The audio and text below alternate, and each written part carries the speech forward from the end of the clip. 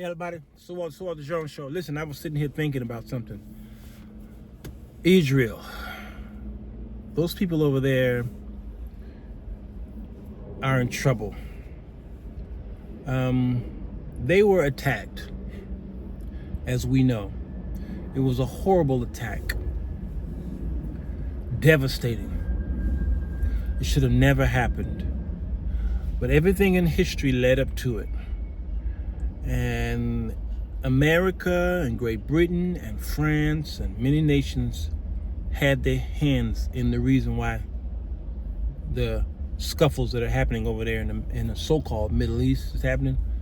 All of us got blood on our hands. Many nations have blood on their hands because of it. But what Israel is doing in retaliation looks worse. If y'all don't think that the end time is here, I don't know what you're doing.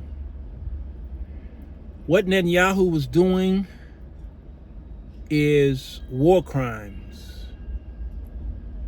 And America in its politics can't really say much against them because we are feeding this beast. We give millions and millions and millions of dollars, billions actually, to Israel because they are our backyard.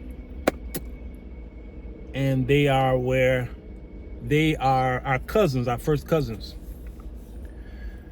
And so you can't talk negative against that. Notice when you hear the politicians, especially those on the liberal side, talk about them, the Democratic side, from the White House on down, because everybody on the liberal side don't agree. When you hear how they rebuke Israel, they'll say, turn it down just a little bit. Turn down just a little bit. But what's happening all around the world is this unified, agreed hatred towards Israel. The enemy of mine enemy is my friend. So nations that would typically go against each other are now all lining up, coming together to go against Israel. Why? Because of the retaliation. I tell people all the time, when somebody hits you, how you respond will determine how you're judged. When I went to my mother and said, Larry hit me, my mother's next question was, what did you do? But he hit me. Yeah, but Larry wouldn't just walk up to you and hit you. What did you do? And if he did hit you, how did you respond to the hit? This is what's happening over there, y'all. They got hit. Now, how are you going to respond? And boy, are they responding to the point where they are killing many innocent people because they feel that it is justified because many innocent people died in Israel. So what they're doing is they're going over and beyond the call because Netanyahu's feelings is hurt. And he wants Gaza to fall and crumble. He wants to level the plain of Gaza. That's where the problem is. And you all know that people, they're already in the comment section, taking sides, the Palestinian side and the Israel side. They're taking sides. You can't say Jew side because there's Palestinian Jews and there's those who live in Israelites and the Ashkenazi Jews and anyway, we all are taking sides. We all, and I don't fear none of you. So you can stay in the comment section and tell me how stupid I sound. I could care less. Because based off of the title I have up there, or wherever it is, people from the outside are going to come over because they're going on YouTube and Facebook and typing in what I typed, and they're going to go over here. They're non-believers, and maybe they are, and then they're going to act a fool. I have learned to ignore the foolishness and continue to preach and teach my message. My message is well balanced. Netanyahu is committing war crimes, and America can't say much about it. I'm not talking about all these marchers and all you people from these Ivy League universities and what have you. And I'm not talking about you all. I'm talking about the lawmakers.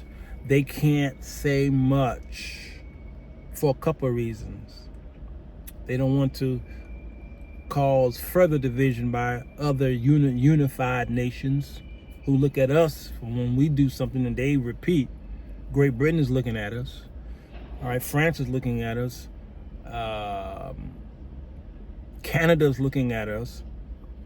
South America's looking at us. All right, they're these nations who we consider our friends are listening to us, rebuke our cousins. How we do it says something. Netanyahu is committing war crimes. And because he's committing war crimes, whatever peace that they thought they had is not anymore. The whole world now has turned their eyes towards this little piece of plot of land, and they are getting ready. They're getting ready. It starts up here. And those Jews over there are now becoming the most hated in the world. They were already hated, but they're becoming the most hated in the world because of their retaliation towards the Palestinian people.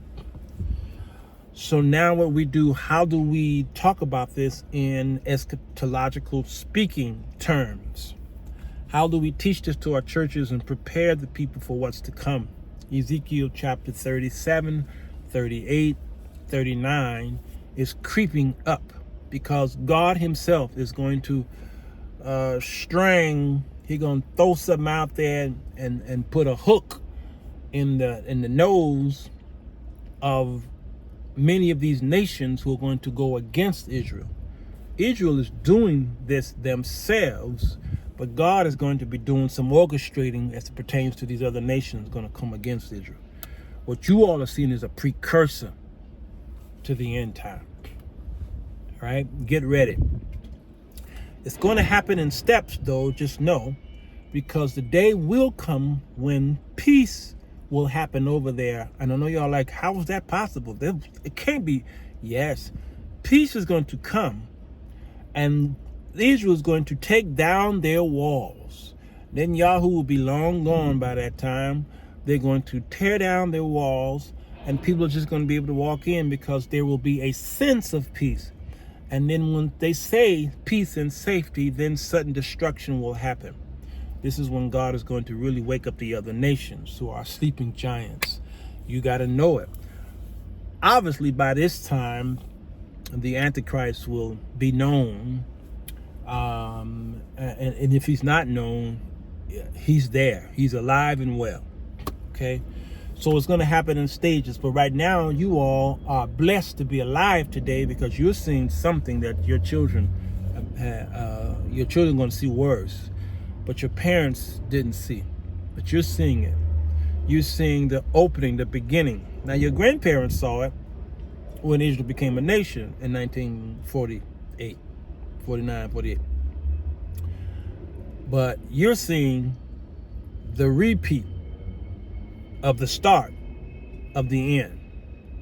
Pay close attention. I'll be doing some more teachings on that. I just wanted to let y'all know I'm watching the news and I'm seeing the retaliation. Netanyahu is committing war crimes, and it's okay to say that. Who cares who's listening to that and you're afraid of the retaliation against you and your YouTube channel or whatever? He is committing war crimes. And you evangelicals out there who are supporting Israel, and you've always supported them, thank God. The Bible tells me to pray for the peace of Jerusalem. I do that all the time. But praying for the peace of Jerusalem and then sitting back and letting them do catastrophes are two different things. You Christians and you evangelicals, both white evangelical and black, because black, if you black, you're still an evangelical.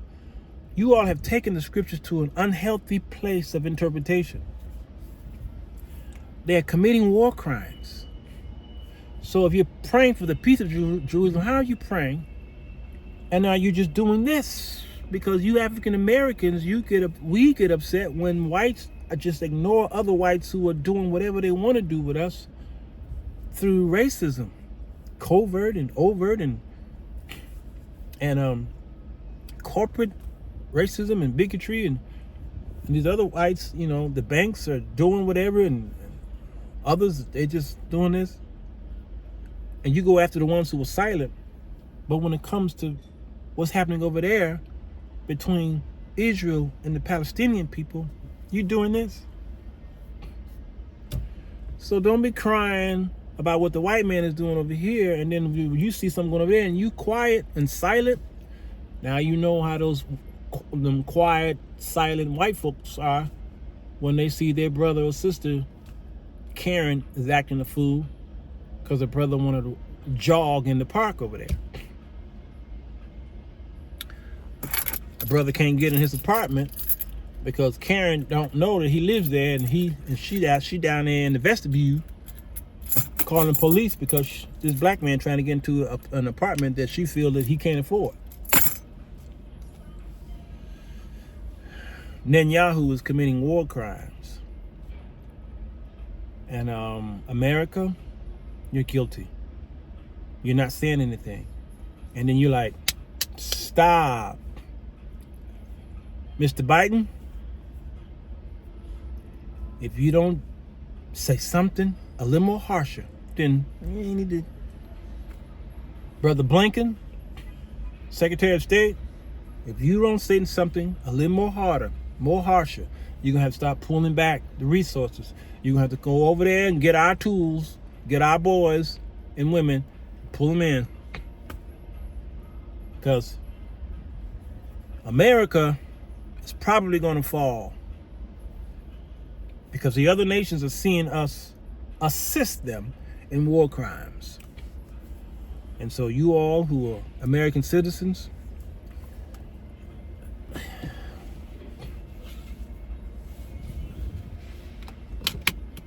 buckle up. Now you know.